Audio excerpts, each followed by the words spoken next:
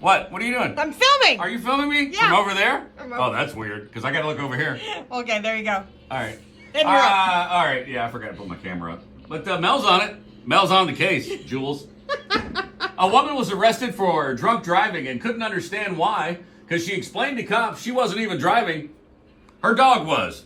Oh, jeez. 47-year-old Melissa Jenkins Johansson was arrested after she drove on a walking path and then crashed into a bus stop.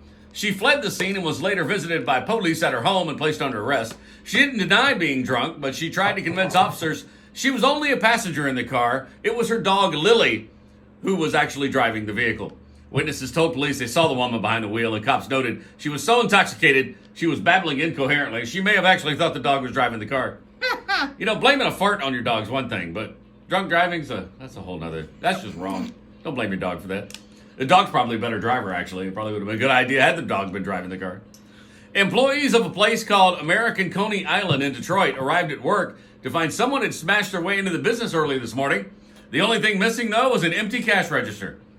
The glass on one of the doors was broken out to gain entry, and repairs were likely going to cost thousands of dollars. You might want to check the register before you go lugging that heavy thing out the door. Yeah, it was empty.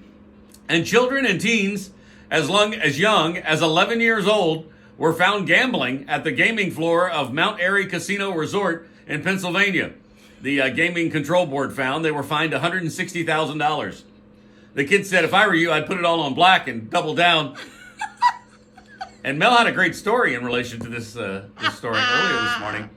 We can't hear you now because you're far from the mic. Oh, God. Mel said that she's teaching Ellie her numbers and letters by using scratch-offs from the Florida Lottery. And that's about as redneck as it gets, Mel. Wait a second. I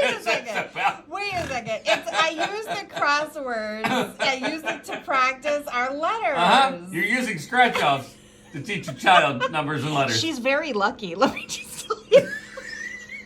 Mommy's little lucky charm. And those are your knuckleheads on Gator Country 101.9.